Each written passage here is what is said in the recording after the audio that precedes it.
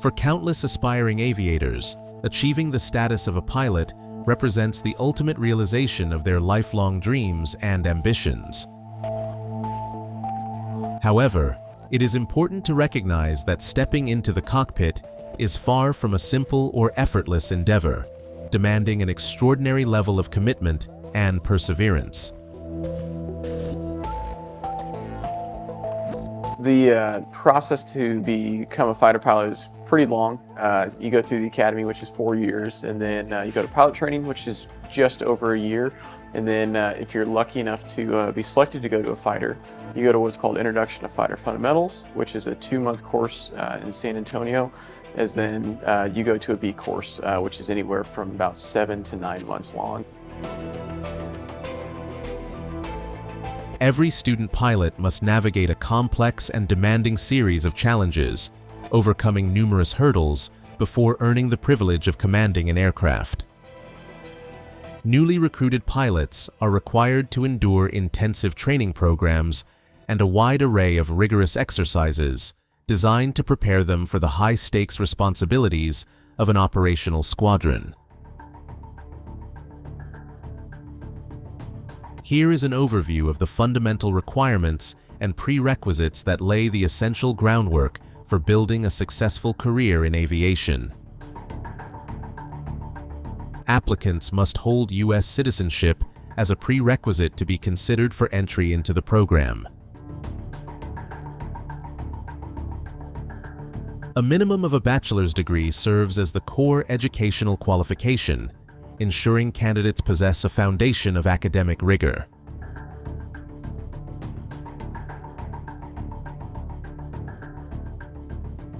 The field of study may range broadly, encompassing disciplines from aerospace engineering to literature, reflecting the Air Force's recognition of diverse academic backgrounds.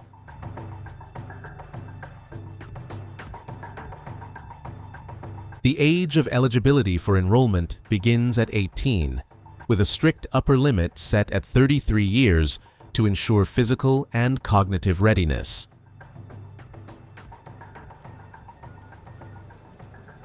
Candidates are also required to undergo a thorough single-scope background investigation conducted by the U.S. government to verify their history, including financial, educational, and professional activities over the past decade.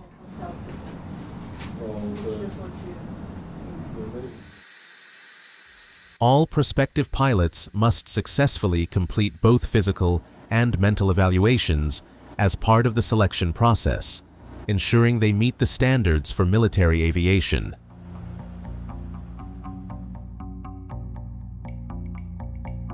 Interestingly, the U.S. Air Force does not enforce rigid, specific physical requirements for pilot eligibility, instead focusing on overall health and aptitude. Becoming an Air Force pilot doesn't require going through the U.S. Air Force Academy. While the Academy commissions many officers each year, most pilots actually come from other paths, like ROTC or Officer Training School. Reserve Officer Training Corps programs let students attend civilian universities while preparing to serve as officers. For those who already hold a degree, Officer Training School offers a direct route into the Air Force.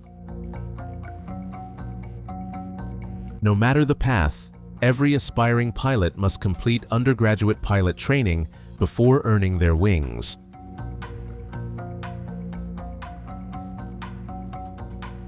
The F-35 Lightning II cockpit demonstrator is a mobile simulation platform that is primarily used to introduce student pilots to the basic operation and handling of the aircraft.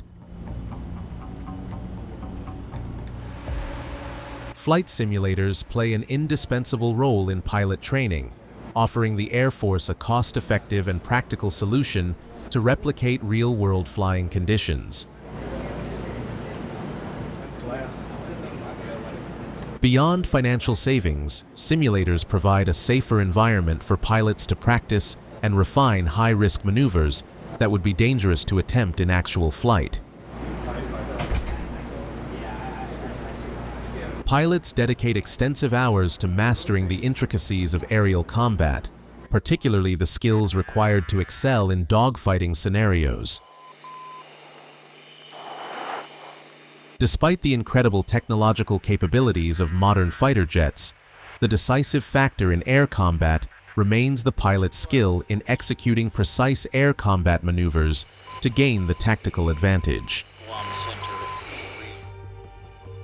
To that end, student pilots receive comprehensive instruction designed to outmaneuver adversaries and achieve a precise target lock under dynamic combat conditions. A critical component of training emphasizes a deep understanding of one's own aircraft, including its turn rates, climb performance, cornering abilities, and thrust-to-weight ratio, which pilots are expected to master thoroughly. Equally important is the knowledge of enemy aircraft capabilities, as understanding adversaries can often determine success in a combat scenario.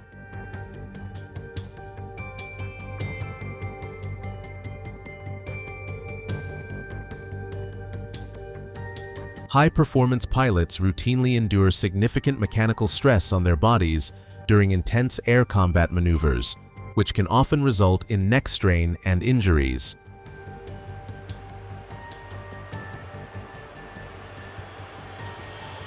These strains occur because pilots frequently hold their heads in off-neutral positions while searching for targets or bandits during high-G maneuvers.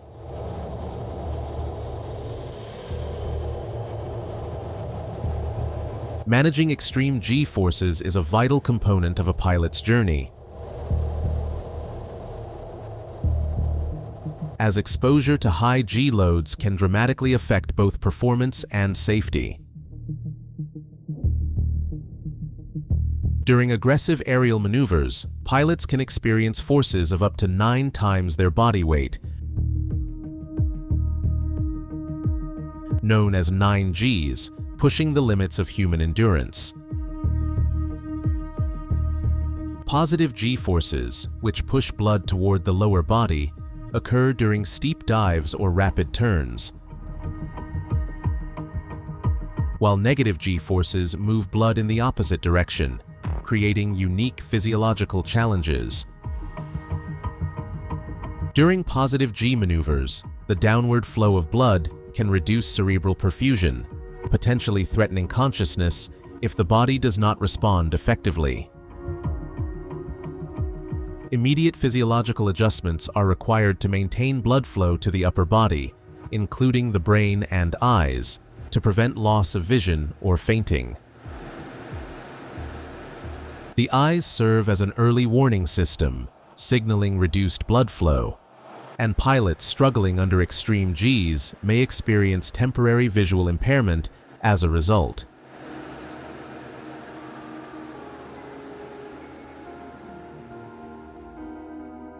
To prepare for such extreme conditions, pilots train using a human-rated centrifuge, which simulates high G loads in a controlled and measurable environment. The pilot is secured inside a rotating chamber, where centrifugal forces subject them to intense physical stress, while control center personnel monitor vital physiological data and maintain real-time communication. Even the most experienced aviators face challenges in managing spatial disorientation, a condition that can severely affect situational awareness during flight. They had the groundbreaking ceremony there.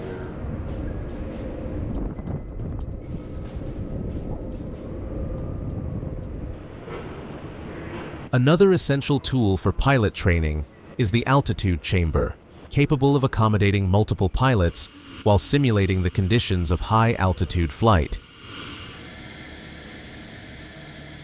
By reducing air pressure within the chamber, pilots experience hypoxia, allowing them to recognize and respond to oxygen deprivation in a controlled setting.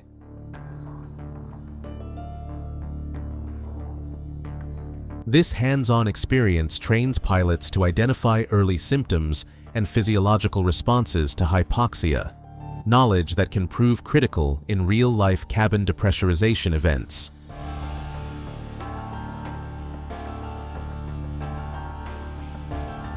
In real-world emergencies, the final line of defense for a fighter pilot may be ejecting from a malfunctioning aircraft, a procedure that requires precise training and timing. Ejection exposes the pilot to tremendous mechanical forces, and improper technique can result in serious or even fatal injuries to the spine and other vital organs.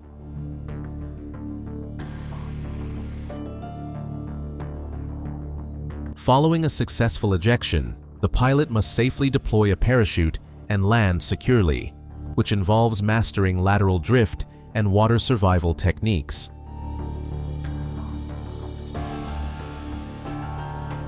At the Lateral Drift Trainer, student pilots learn how to perform a proper parachute landing. The simulator mimics the sideways motion they might face if they ever have to eject from an aircraft. By practicing controlled landings, trainees reduce the risk of injury when touching down on uneven terrain. This training ensures pilots are prepared to survive safely in the event of an in-flight emergency.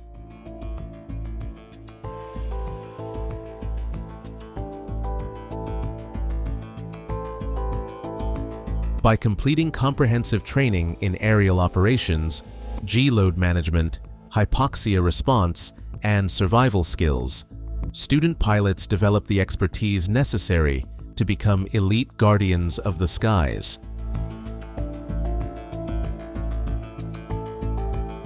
If you're enjoying this content, make sure to subscribe so you don't miss out on more videos like this.